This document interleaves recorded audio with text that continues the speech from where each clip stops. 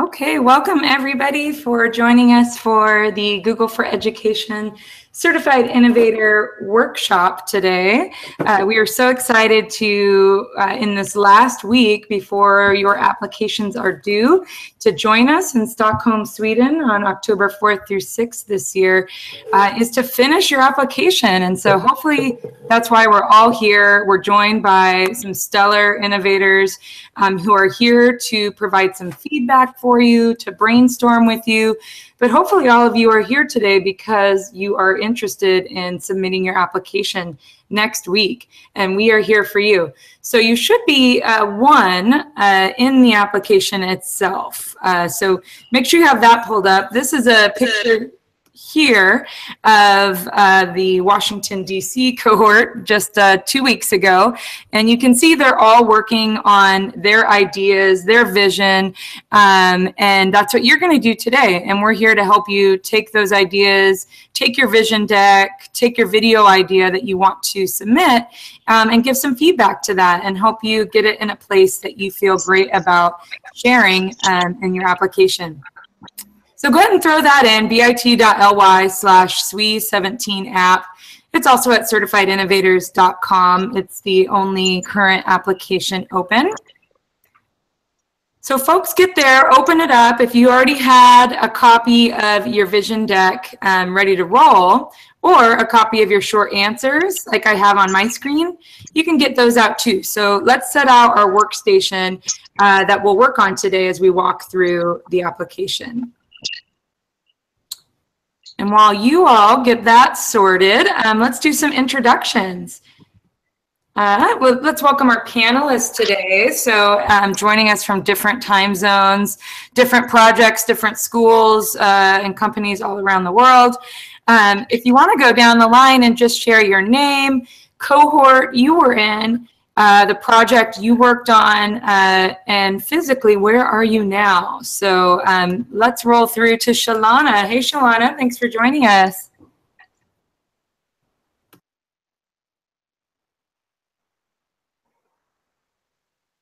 We might not have your audio, Shalana. Shalana often joins from remote locations, but there you are. Now you're buzzing. Yeah, I just arrived from Denmark today. I was with a whole bunch of young people from all around the world working on innovation and education, so that was really exciting. But I'm in Johannesburg, and I was in Colorado 2016. Awesome. Thanks, Shalana, for joining us today. Excited to get some feedback from Shalana around some of our potential innovators projects. So great to have you.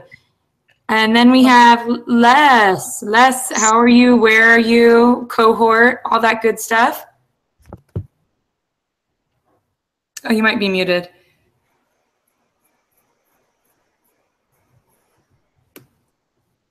Oh, yeah. We had you earlier.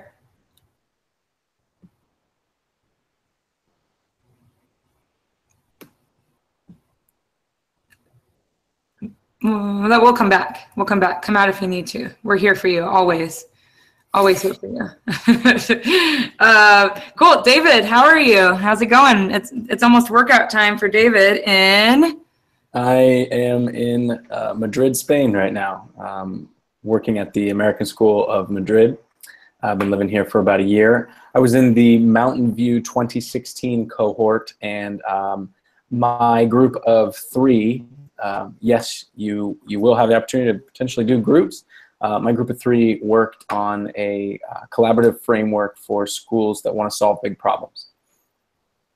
That sounds tailor-made for this. And hopefully everyone who's on today has some sort of problem that they're working on in education, and that's why they're seeking support with a cohort of Google Certified Innovators. So thanks, David, and thanks for hanging out with us tonight. Yeah. Miss Anita, hi, how are you? Want to tell us name, cohort, project, and where you're at, mentally or physically? Oh, you're on Mute Town too. When will Hangouts just know? Yep, I'm currently at Helsinki, Finland, and I'm the tech director at the International School of Helsinki. And I'm from the cohort Sweden, 2013. And what was your favorite thing about the Google Stockholm office when you were there, because a big part of becoming a Google Certified Innovator is coming to the office and working heads down for a few days, surrounded by inspiration. What was your favorite part of the Stockholm office? I think that time was like around Christmas time, and then that was the first time we experienced like Googler and the Google Glass. That was like a big hit that time. I was really excited to see the first-hand view. What will be the Google demo for Sweden? We'll have to see when we get there. Thanks, Anita. And what about our youngest innovator? At what point can little Boo apply? This ones? Yeah, anytime. We get the Google Summit. We have been in a few Google Summits already. First presenter. Presenter by paint. I like it. Just put some food on the hands and see what happens on the wall. Well, and I know, thanks, Anita. We're excited to have you here today to give some feedback around some of the ideas that are floating out there with our applicants. And Anders, I know you have young innovators making furniture and was in Stockholm with us as well in 2013. Tell us a little bit about you and your cohort and what you're up to. Yeah, I'm presently in Sweden, and I have to say that my biggest impression from the cohort was suddenly getting into such a big network of fantastic teachers, and you're really becoming a part of a big family, and being creative is really fun together with them. So these 3 days will be super for you, but you have a hard application to do before that. I as well attended the Moonshot Summit. I think that Wendy was in 2015, or? Yeah, in Amsterdam. Yeah. That was really fun as well. We were bunched together, a group of 4 teachers trying to solve big problems. That was as well really encouraging. And this is my home country, and I wish you all the best when you come here. It's a lot of fun things to see, but Google HQ in Stockholm, it's very nice, and it will be 3 good days. Awesome. And what does the October weather look like, Anders? I know that December was when we were in 2013, and it was chilly, but we had Christmas markets. What do folks have to look forward to in October in Stockholm? It's cold, it's windy, but it can be really nice weather anyway with the sun. So don't bring only summer clothes, of course. But it's really beautiful, and it's not so many tourists, and there is a lot of nice things to look at. Stockholm is a very beautiful city with a lot of history and a lot of water. So you won't be disappointed. Awesome. And unless you live in Australia and you really want 25 degrees Celsius. Thanks, Anders. One of the questions we got in the sign-up process for this workshop was, do I have to be Swedish? And will it be in English? And the question is, it will be in English, and anyone from around the world is welcome. We do hope to get a large number of folks in the Nordic countries to represent. We were just in Australia for the Asia Pacific cohort, and we had a great mix, a global mix of educators from around the world, but it is always nice to have a large base of Aussies and Kiwis and folks from Southeast Asia as well. So I think that's the beauty of this network, is that they all are globally open for you to apply. And if there is one that's ever not in English language, for instance, the upcoming December Brazil cohort is all Portuguese. So that is a different case, and you do need to speak Portuguese. But this is an English language academy and experience. So just wanted to make sure folks knew on the call today that they certainly are eligible. And now I'm going to ask if everyone wants to share a bit about them. So you came to the webinar tonight, this morning, wherever you are. Go ahead and share with us your name, your Twitter handle. Hopefully you've seen online the hashtag Google EI is buzzing with information from existing innovators, from prospective innovators, and people just interested in Google for Education and innovative things. So it's an open hashtag, ready and waiting for you to share as you're waiting to hear about the program, as you're trying to get feedback. So we encourage you. Innovators certainly are folks that share and want to get their projects out in the world. So right now, during the application period, is a fantastic time to try that and to share that. So go ahead and drop in the chat, and we'll take a peek at who we got going on today. Let's see.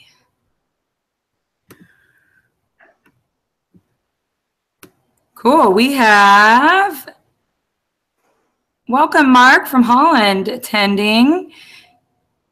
We've also got Jonas, Miko from Texas, Laura from Toronto, Emmeline from the US Heartland, Iona from Cyprus, Dale from Lima, Peru, excellent. Dan from Qatar. Awesome, guys. Really great global group even today. So drop in your Twitter handles if you'd like, make connections. And our innovators on the call, feel free to drop your handles as well. So if after today's call, if you wanted any more one-to-one feedback or comments on your deck or your video, we're all happy to help you hone your idea down. Quinn from Utah. Awesome. Thanks, Jonas. Building our networks today. Thanks, Quinn. Lovely. All right, folks. So let's dive in a bit about just program particulars, and then we'll jump into your ideas. Oh, and then Les, is yours working now? Yep, I'm here now. Hey, did you want to introduce and share a bit about you and what you do? Sure. So my name is Les Macbeth, and I am from Toronto, Ontario. I apologize about my voice. I have a little bit of a cold, so I sound terrible. I'm currently in Vancouver, and I was part of Mountain View 16 with David back last February. And my project was to empower teachers to build more project-based learning in their classrooms by using design thinking as a framework. And my project turned into a full-time job, and I now work as the Director of Professional Development for Future Design School, where I teach teachers about design and innovation and how to do that in their classrooms. And I'm also the design coach for the Google Innovator Academies. So I'll be working with all the innovators in this cohort on your developing your projects using design thinking and helping you to hopefully come up with some great ideas. So I'm really excited to be in Sweden and work with you all. Awesome. Thanks, Les. Cool. Well, those are our awesome innovators helping out today. So I'm going to dive into one question that came in the registration, which was, how can I learn more about innovation projects? What's out there? And then the tertiary question on that is, how do I make sure that mine is unique enough, that mine is going to get accepted? And I think it's really important to note that we had some folks in Sydney and in Washington, D.C. this last time who had applied 6 or 7 times, that had great ideas. All applications are scored by existing innovators, and particularly innovators in a particular region. And so there's all sorts of things that go into scoring an application, but that certainly is one of them, and most heavily weighted is your idea and your vision deck and video. So we really encourage you, one, if you check out on the certifiedinnovators.com website, you can see, what does my project actually need to be? It should be driving change in education in some way, should be replicable and accessible, right? At the end of the year, the goal is that you put your project in the innovation project directory, where educators around the world could use it, could share it, could remix it. But that's our goal, and it should be under one of these pillars of transformation, being culture, tech, training, or PD or ProD, teaching, learning, assessment, funding and sustainability, and community outreach. So as you're thinking about that, you should be starting with your problem, which we'll talk about in a minute with Les. But once you have that vision, you'll work with coaches, which are on this call, and they work with you face-to-face at the 3-day academy and really help drive your project forward. And you don't need to worry. It doesn't have to be a completely full-fleshed project. You'll have plenty of time to go through design thinking to figure out what the best solution is. So commit to a solution now, but also don't fall in love totally with that solution, because you may be inspired by all of the sparks of inspiration that happen in the 3 days. Then later you get paired with a mentor, one-on-one, who will work with you throughout the year to help prompt you into completing your project. And then there's you guys who will be working on your projects over the year. So lots of good stuff after the actual academy. It is a year-long cohort. And if you want to check out some existing projects, you can go to bit.ly/certified innovators. And this is the project, this has all of the current innovators from the last 2 years. So let me drop that into chat. It should work. Just so you can have some homework to check out and be inspired. But you would find that. There we go. And it should pop up here, and you can pull up each cohort. So if you're trying to think of, does my idea already exist? Does my solution already exist? And you can pull up their vision videos to see what those videos look like if you're trying to think of what it might be. And everyone does their videos in different ways. And so there really isn't a single formula for a video that might resonate with existing innovator scores. Does anyone on the panel have any thoughts around best practices for creating a video to represent their problem?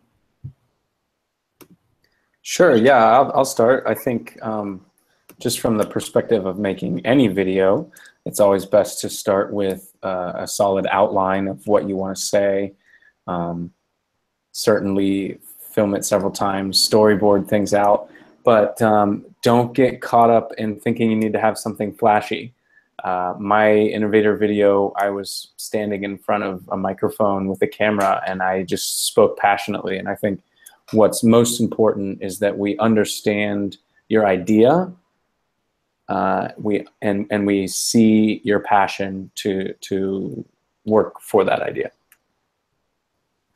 That's a really good point, David. And I think people do get hopped up sometimes on production, but really it's the voice and the passion that comes through. So I'm just showing Adam, who does PE and came to London. To share through my blog So how I use technology in PE and health. I've shared webcasts and been really a way of showing them what is possible with them. So in Adam's video case, he's showing good examples of him, and you can tell he's pretty passionate about PE and of course his idea, right? So I think making sure your idea comes across in the video, that what you want to do and maybe what your problem is as well. So really use that minute to not just talk about yourself, but if you were to pitch this idea to your principal or pitch to, you know, a VP to get funding for this one day, maybe, what would that 1 minute look like? Anita or Anders, any other thoughts on creating a great 1 minute video? I love that David also mentioned, you know, storyboarding it out, put some thoughts on paper, think about how you could visually tell your story. I would think that building an idea on a brainstorming paper and just try, throw, try to do it a lot of times, so you don't like sitting and creating the idea too long and are afraid to try. You have to get used to the camera, getting used to your voice. Try to a friend. Hello, do I look passionate? Do I look convinced? Do you like it? You have to try. Throw a lot. I love it. And I think getting feedback on it, whether that's your spouse or friend, or let somebody else watch it and let you know what they think about it. And you can also share it on, a lot of folks will share hashtag Google EI and say, this is my video, what do you guys think? And the feedback happens there too. So be brave and share this. Even beyond this application, it could be something that you can still work on, that you're still hoping to change at your school site as well. So hopefully it's time well spent. Cool. Let us know if you have any questions about videos, but you have this link now and you can at least go through and see some folks' different styles of videos and what might work for you in telling your... Everyone's taste and dietary needs can be frustrating. That's why meal kits have grown in popularity. An question that is heard throughout schools is, what can we do to help struggling students? Meeting the needs of diverse learners can certainly be frustrating, like the meal kit for dinner providing you with ingredients, fulfilling dietary needs, and offering simple. Struggling student could enter their learning preferences and needs, get matched with tools along with. So it looks like in here, the awesome Lee says, made some sort of visual metaphor with food kits, and then you know her problem, and I think that's important, making sure your problem is there. A lot of folks have a cool idea, but you can't quite tie back to why you want to do it, right? And if you can't answer just beyond, I think it would be cool to have a meal kit for kids that's lessons, then you may want to go back to the drawing board to your problem, which is what we're going to do here in a minute. Last call on any other video tips. Do you guys have video creation software of choice you recommend when you're designing your video? I would definitely say, just again, because you're trying to keep things simple and be concise, you should pick a tool that isn't a huge learning curve for you. Pick something you feel comfortable with and run with it. We're not looking for bells and whistles. We're looking to understand.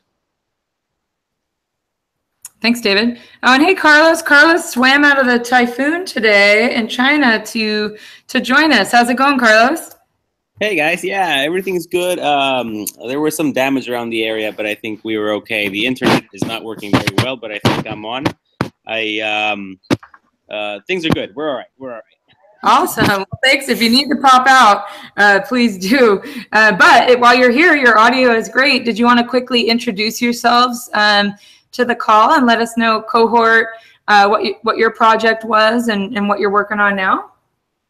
Yeah, hi guys. My name is Carlos Galvez. I'm a PE teacher. My cohort was the Cole 16 last year. Basically, the original project that I proposed to Google was, I somehow started, I saw that 2 of my kids in my PE class were dancers. And I realized that nobody in my school, or we didn't have an arts department or anything that would cater to them to develop their skills. So what I did was I kind of disguised myself as a high school student who was a dancer and started sending these kids random emails telling them that there was indeed a dance crew at our school. And so I gamified, I started sending them random emails and telling them, well, your first challenge is to do a flash mob. Your second challenge is to recruit more kids. Suddenly it just blew up, and then the dance crew turned into like 10 kids, 15 kids. By the time I proposed it to Google, because this was happening already way before the Google Innovator Academy, what I proposed was, how can educators out there find solutions for kids who are falling through the cracks with passion projects? That's how it began. It turned into what right now is the passionincubator.com. It's a website for teachers to be able to get motivated to start passion projects in schools, teachers who don't know where to go or how to go about it. Like everybody else, the project is still going on. We still continue to evolve, and there's new things happening. The project, after a year and a couple of months, still has no end in sight. Cool stuff happening. All in all, it's really good. Awesome. Thanks so much, Carlos. Cool. We were just talking about videos, and it looks like we have a couple Wii videos here, so that'll be fun. yeah, and I think just a final piece of advice is just make sure your voice comes through, you know, however that might be, if it's your voice or your students or footage of you somehow. I know that resonates strongly with applicants as well. Cool. All right, guys, let's dive a little bit more into what your problem is. What's your problem? And why did you want to join the Innovator Program? And hopefully it was to solve a problem. So let's dive in. And just if you pulled open on the Sweden application page, you should have made a copy of the short answer. Let me switch back to our, there we go.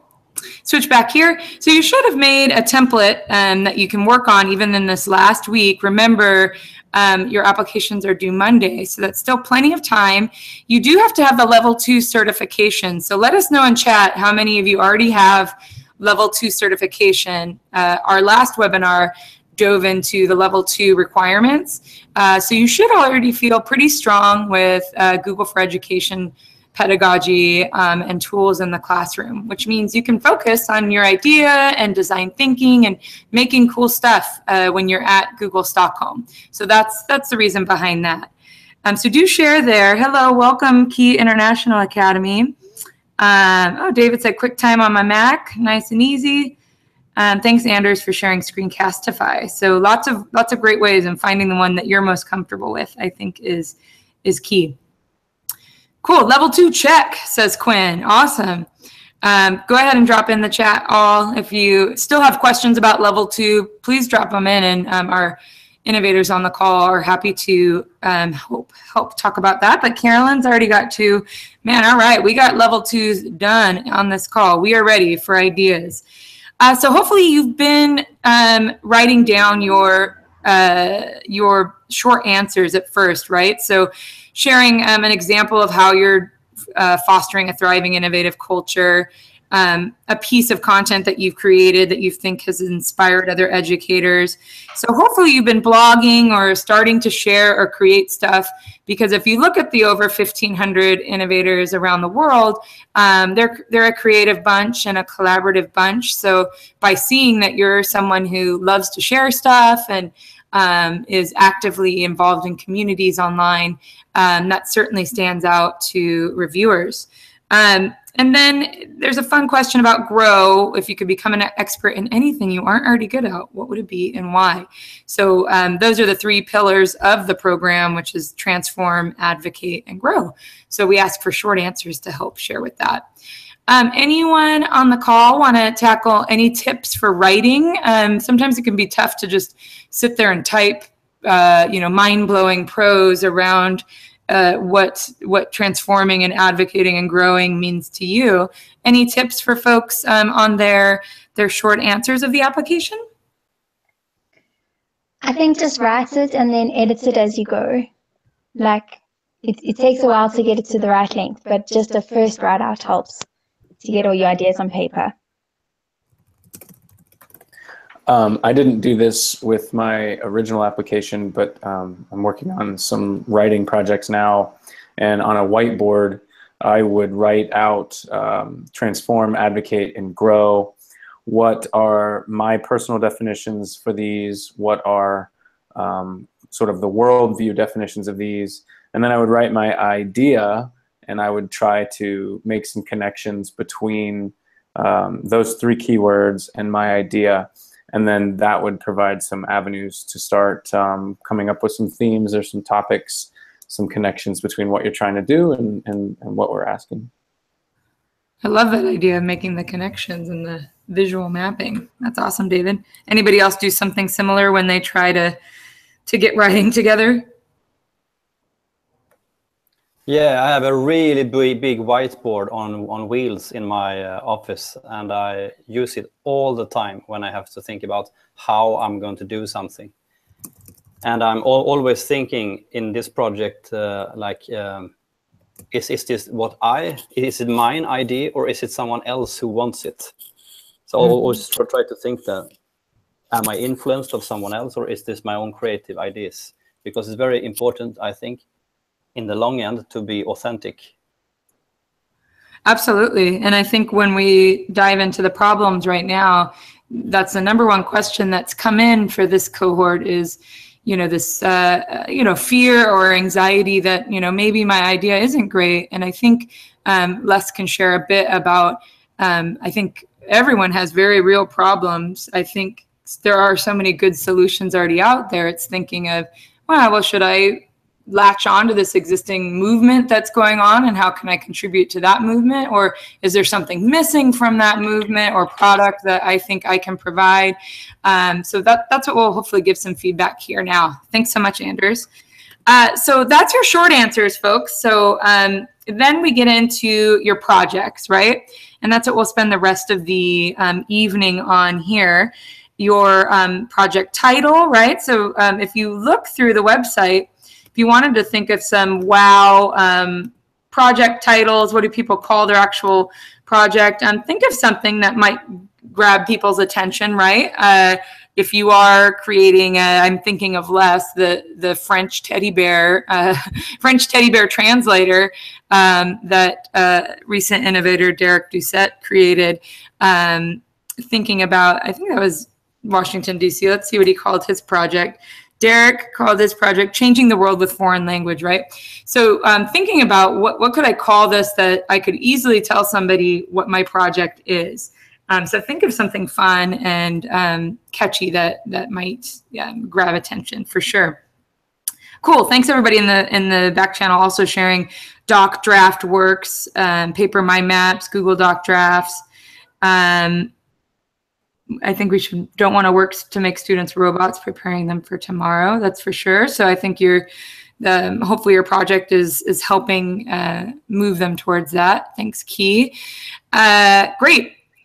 So yes, please go through and get some ideas around titles and descriptions, but this really is your pitch, and writing it in that way that can grab others' attention will be super important.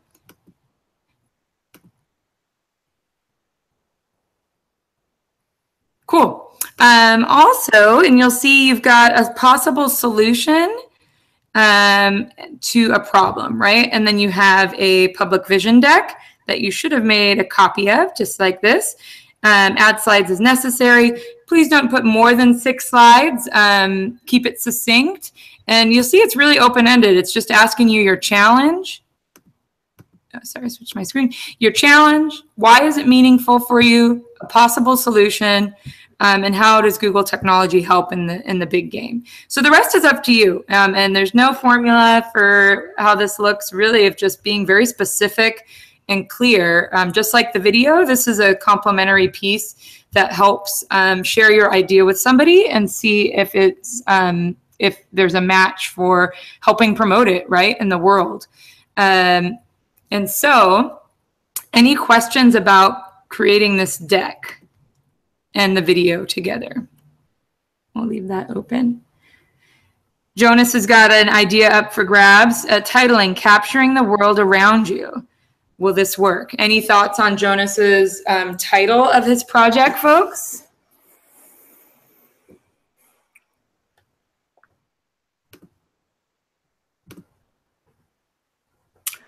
Capturing the world around you, to me, sounds a bit like an everyday task that I do with the phone on my camera. And if you look at it in terms of Maslow's hierarchy, or I'm sorry, Bloom's taxonomy, capturing something isn't very high, but maybe changing the word capturing to something like understanding the world around me, or teaching about the world around me, or using a word that probably better describes what your project is about. Cool. Thanks, David. Great feedback. And thank you, Jonas, for being brave and putting your title out there and workshopping on it with different perspectives, for sure. I'm going to go really quick back to our deck, and I'm going to ask, I don't know, Les, if you want to share a little bit about, I've put here the steps that Les, with IDEO and Google for Education, when you're at the academy, we'll go through several steps of a design thinking philosophy. In this case, it's discovery, ideation, experimentation or prototyping, and evolution. So you'll work through all of these steps. And right now, even in the application page, you're in the discovery phase of design thinking. And we're in this phase a lot in our lives. Design thinking is something that we do, naturally, trying to solve problems. We do it every day. It doesn't have to be at an academy or for a project. But Les, did you want to share a little bit? I think what I'll do is I'll give a prompt, and then while I have the prompt up, if you wouldn't mind sharing any other tips in this last week while folks are thinking about what their project title is, anything about the actual problem, where can they find unique problems, and really taking that step back and away from your solution, which you may have just done something cool and you thought, oh, this will be a good project, but really understanding why, because successful products really start with a very strong why or a strong problem behind it. So the prompt in the chat, everybody, is can you share what is the problem that you're currently experiencing at your school site? So don't share the solution yet, just what's going on that bothers you in your classroom, that in your school, in your community. It could be a variety of problems. So let's hear what's going on, what's prompting you to even join us on this journey at all. While folks are doing that, Les, do you want to share a little bit about the discovery phase and how everyone on the call can start to get inspired by problems around them? Sure thing. So one of the things that we'll tell you, or we'll say repeat a lot during the academy, is to fall in love with the problem and not the solution, because sometimes we have an idea for a solution, but what we really want to do is focus on the needs of our users. So during this next couple of weeks or a week or so before you have to submit your application, we'd really recommend going out and talking to the people that are affected by your problem, or that are the sort of potential end users for the solution that you're creating for your vision deck. Because the more you can understand about them, the more you'll really be able to create a solution that will really meet their needs. So if you can go out and even just interview a couple of people, ask them to tell you a story about their experience with the problem that you are focusing on, anything you can do to try to gain their perspective. And that's where I think you'll find some interesting insights that might help you to reframe the problem and give you that unique advantage in terms of creating something that maybe doesn't already exist. When you start talking to your users, sometimes we discover that what we thought was the problem is not actually the problem. And so the more time you can spend trying to drill down and think about what is really the problem that your users are experiencing, then I think you'll have a better shot at creating something that they're more likely to adopt. If you're feeling an unmet need for your users, then they are going to be more likely to pick up your solution and run with it, and you'll have a lot more success after the academy as you develop your project. That's awesome, Les. Thanks for sharing a bit about that. And I'm just looking right now in the chat. Thank you, everyone. I'm starting to see some problems roll in.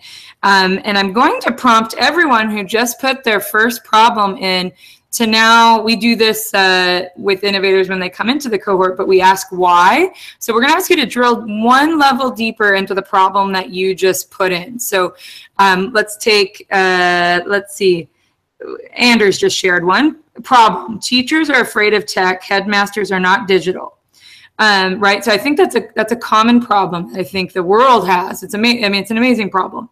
But let's dig down deeper. So I'm gonna ask Anders to now type, why are teachers being afraid of tech? Let's dig one level deeper. So same with Jonas. Jonas has the challenge is using sensors and interpreting graphs in Google Science Journal app, or scanning things with Google Lens and producing a search for them using Google Assistants. So Jonas, if the challenge is using them, why is using sensors challenging? So dig down one level deeper, and then let's keep going. Dale, incredible learning is happening all over the world. It can be hard to find opportunities to collaborate. So why do we think it's hard to find opportunities to collaborate? So think and rewrite now your problems with that why inside of it. Corey, we need to inspire teachers to use the design process in the classroom. I see too much lecturing and passive learning by students. Okay, so yeah, I think your problem is too much lecturing is what it sounds like. So what then could be why is there too much lecturing? That's where the interesting stuff is at. If we can start to look at that. Any other, while folks are rewriting with a why to their initial problem, any other thoughts around some of these I have on the screen right now? I've got problem, teacher shortage. Current students are not inspired to become future teachers. Huge problem.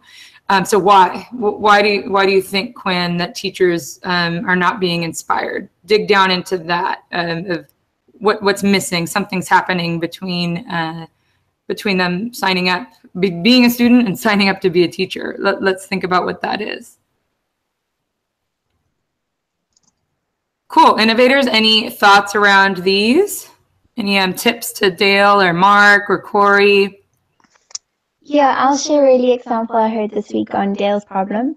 In India, there's not a lot of bandwidth, and a whole group of teachers have made WhatsApp groups, and they sending like short 30-second videos to each other, just encouraging them on their teaching practice, and it's working really, really well. So it's like just short, quick inspirations from teachers to teachers. And one of the things they found that teachers were more open to collaborate beyond their school because it wasn't so intimidating to be the best teacher in your school, as some schools incentivize that with pay. So having that cross collaboration across schools made teachers more comfortable to share. I thought that was a really great insight. That's really great, Shalana, because a lot of times we'll see solutions that don't address that deeper need. And Anders just put a good example in there too.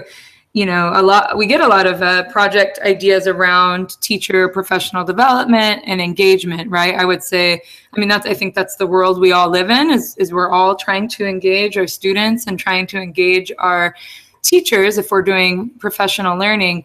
So that's not an uncommon problem, but there are many common solutions, right, to do that. Making a program that is active learning, or, there's a lot of things out there. And if you spend some time searching, you can find some really great stuff that people even in the Google Innovator Network are doing or outside of it.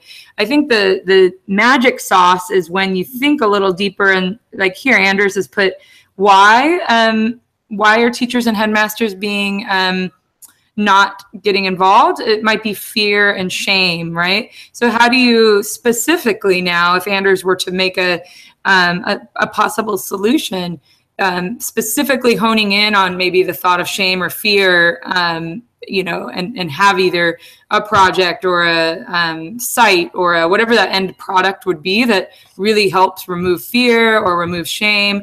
I feel like that's where you start to get unique solutions to it for sure. What do you think, Les? Sorry, I was on mute. Yeah, I think that that getting down to those root feelings behind why people are behaving in a certain way is a really telling way to find out what the real problem is. Like the idea of like feeling shame is sort of an important insight, that it's not about maybe not willing to participate or not wanting to do something, but that there's some kind of emotional reason why they're not doing it. And if you can think about, one of the things we like to ask is, what do your users do, say, think, and feel about this problem? And when you get into that, what do they feel about it, is where you often find those really interesting insights. Awesome. Cool. Let's look at a couple of our other why statements that came out. Looks like Quinn said why we don't invest in creating authentic PD experiences that motivate them to take innovation action. So you can see how maybe a project idea would be, first, I want to create authentic PD, right? Which is great. But I feel like now hearing Quinn dive even deeper, this investment piece, right? So that could be the focus of the project, right? Like rather than just saying, I'm going to design a great PD program, maybe it's even more unique to think of, well, what are people doing to weight PD programs and make them, you know, whether it's at a policy level, or maybe you have a grant program, or maybe you have a special, you know, special way to get them motivated to fund it, right? So I feel like that could be an area that is unique or shows promise to dive deeper into beyond, you know, just submitting an authentic PD program project. It may sound like other projects that are out there, which are all great, but really trying to think of, is there something unique to my situation that really might stand out? Let's see. Jonas says, why? Instructions have to be translated and it's not always at the right level. And Jonas's initial problem, we scroll up, the challenge with sensors and interpreting graphs. Why is that a challenge? Jonas said, instructions have to be translated and it's not always on the right level. So really maybe the interesting part might be at that translation level. What can you do at the translation level to improve that? Any other thoughts around Jonas's problem with a challenge with sensors and technology and the missing translation piece that's there?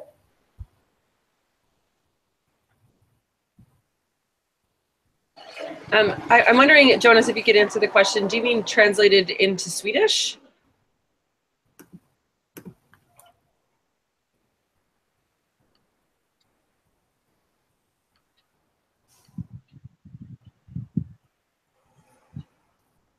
Let's see. The solution will be to develop shared resources in Google Keep for organization, notes, lists, reminders, and collaboration.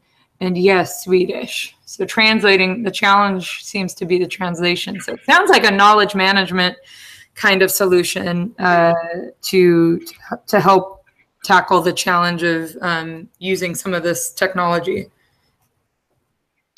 I think it's a really interesting problem to focus specifically on those science tools, because I think that there's also probably a lot of people that don't even know that those tools exist. And so I think that by translating it into Swedish, you might also be able to think about how you could spread awareness about the tools in the Swedish education community.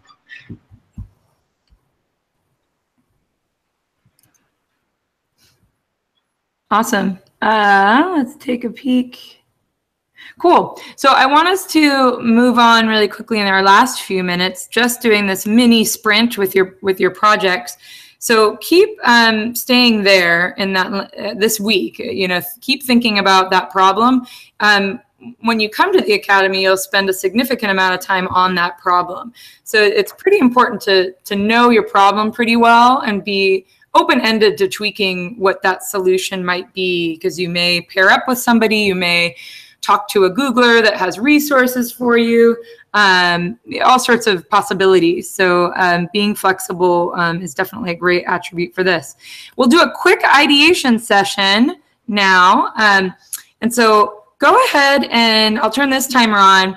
Take that initial problem, and I'm going to push you to put that why too in your problem. So not your level 1 that you shared earlier, but that kind of level 2 that we started to dig into, like funding or fear and shame, or some of these kind of juicier problems that came out of that. And go ahead and share 3 radical ways to meet this need. So this is where we try, when we're at the academy, to come up with some really crazy ideas, right? There's all the safe ones that we all know we can do. We all know we can implement, you know, a training program, you know, in the next 2 months to try to, you know, fear-free PD. Anders, I'm certain, could get up and going and get a workshop in the next 2 months on it, which is a great project. But we want you to think of, is there anything crazy that you could do? Like if money wasn't a problem, if funding, you know, trying to find those really unique ideas. So I'll start the timer, and then go ahead and just put into chat 3 radical ways to meet that problem, that need that you just shared. I put a 5er on there. I might stop that early. Les, do you want to share a little bit about in the deck and in their video any tips for the actual idea that comes across? Anything they can do here in the last week to hone their idea or make it more specific? Yeah, I think it's sort of a balance between being specific but also thinking really big. So don't be afraid to put down an idea that you might know it's not even possible for you to do this idea in a year, but think like, what's your really big dream? Because if you start with the big goal and then work backwards to what's feasible in a year, I think you'll be surprised at how far you can get. So like, for example, when I applied, I put in my big vision was I wanted to start my own school. And I knew that realistically I was not going to be able to start my own school, but that was sort of my big dream. And another example that you talked about was the teddy bear. We had an innovator who came in and had this idea for an artificial intelligence based augmented reality sort of teddy bear. And he's like, I don't have the technical skills to actually do this, but it was his sort of big dream of how he could create this thing. So if you start really big, but be very specific about what your big dream is, I think that that's a good way to get across the idea that you are sort of thinking about things that maybe don't really exist or are not yet possible. So I guess think like ideal state, blue sky. If you had all the money and resources in the world, what would your project look like? Cool. Thanks, Les. Keep those solutions coming, your radical solutions. If you did one, now do another one, even one that you think that might not work. So we got like Jonas thinking of a collaborative hangout on air with participatory science model and optical oceanography to create awareness of eutrophication. I'm signing up for that. You may want to look for mentor programs, particularly with science, if and see, again, could you use that model and use it for something like eutrophication that hasn't yet? But there are a few really great real-time data science projects out there that are collaborative. So take a little bit of time and see what's already out there. How is mine different? I see David posted nextvista.org. Did you want to share about that feedback, David? Yeah, someone was talking about sharing practices, and that's definitely something that exists. It's thriving. So potentially, one of the things you might think of is instead of getting teachers to share best practices, maybe it's sharing the places where they share best practices, or convincing all those organizations to put all of their information in one place. Just thinking way outside the box. And to piggyback on what Les said about blue sky, unlimited amount of money, also think with that in mind, think like Elon Musk, like even think of ways to solve the problem with products and things that don't even exist yet, because it just gets your mind thinking in new directions and pushing the boundaries, because you can always throttle back your idea a little bit to find that minimum viable product when you start moving forward. But look, in 5 years we have no idea what's going to exist, so don't throttle back your idea now when that's not the point. The point now is to like think so far outside the box that there isn't even a box anymore, and that we're coming up with just everything. Box free. I like it. Box free thinking. These are great, guys. I see that Quinn was talking about a radical field trip to witness innovation firsthand. So I think, yeah, getting specific, like Les said, where are we going? What are we doing? And I think just saying like, oh, adventures for teachers, that exists out there, right? So what is, I feel like an innovation adventure, like where you go, you pick 3 schools and the most innovative, you partner with somebody, like that might not exist as much. So I feel like take that initial idea that digs down into that deeper why about your problem, and then just make sure your title and your pitch and your video highlights that kind of special part of it, and be like, we're not just going to go on field trips for teachers, but we're going to go on field trips for teachers and do this, and it's called this, and it will be this movement of, and community for people. Cool. Time up. Let's see if there's any final ones. final radical solutions. Let's take a peek. What do we got? Use location-based reminders and keep to point out endangered nature sites. Now that sounds cool. Awesome. Learning AI. Mild compulsion. Force a teacher to share a real lesson a week with teacher at another school for a term. So I like that, Anders, because that's a solution to a problem we get all the time, which is kind of this we want teachers to collaborate around the world, but that's something very specific and new, and the title can be something that folks can latch onto beyond just making connections. I think making connections for specific purpose really tend to resonate with innovators for sure. Cool, guys. I think we're just about at our time, but these are really great evolution of ideas, which is, if you see what you do next when you're at the academy is you actually try to make something for it, right? So you might try to make that KEEP program and stuff it with some data, Jonas, or maybe you have a very minimum viable field trip that you do, Quinn. Maybe it's just down to the grocery store, and when you're there you talk about grocery store innovation, but doing that you could do next week and see what people say and be like, would you guys do this with, I don't know, technology, or go to the Tesla factory or whatever.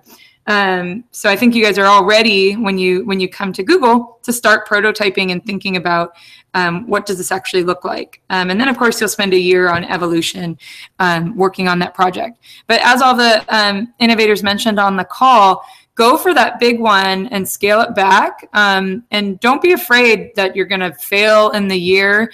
There's plenty of time to scale it back, right? So if the year comes up and your job changed or you didn't have the funding you thought you could get, a lot of folks pivot even mid-year to their situation. So there's always a way to take your learnings at the end of the year and make it accessible and replicable. So there's plenty of time to do that. So don't be worried that you won't, pass the Innovator Academy. You most certainly will, and we're here to help you. But the biggest thing you can do, guys, is just apply. So again, head to certifiedinnovators.com, get those short answers ready. Make sure you apply by the 28th, get it in there, and you've got nothing to lose. You can certainly, there'll be a new round of Innovation Academies next year announced as well, and let this be a chance for you to take an idea, workshop it, and get it out into the world. With that, I want to say, if you are on our chat today, thank you so much for joining us. Thank you so much for being brave and sharing your initial ideas. Thank you to all of our awesome innovators who came in typhoons and dinner times and all of that to talk to you about your ideas. Hopefully you can see that this is a passionate community to be a part of, and we're always wanting to add more to it. So please stay in touch. If you look in the chat, I'll save the chat archive, but connect, and please feel free to see David and Carlos and Shalana's Twitters and Andrew's. Start that conversation on Twitter and say, you were talking about field trips, Les. What do you think? What if I did this? And these are all great things. But at this point in the last week, get something out there, have somebody look at it, make that video, and we hope to see you in Stockholm. Any last questions? Thanks, Les, for dropping that in there. Yay. Cool. Well, we'll have this archive. Feel free to watch it or share it. And thanks so much again. We hope to see you in Sweden. Bye, guys.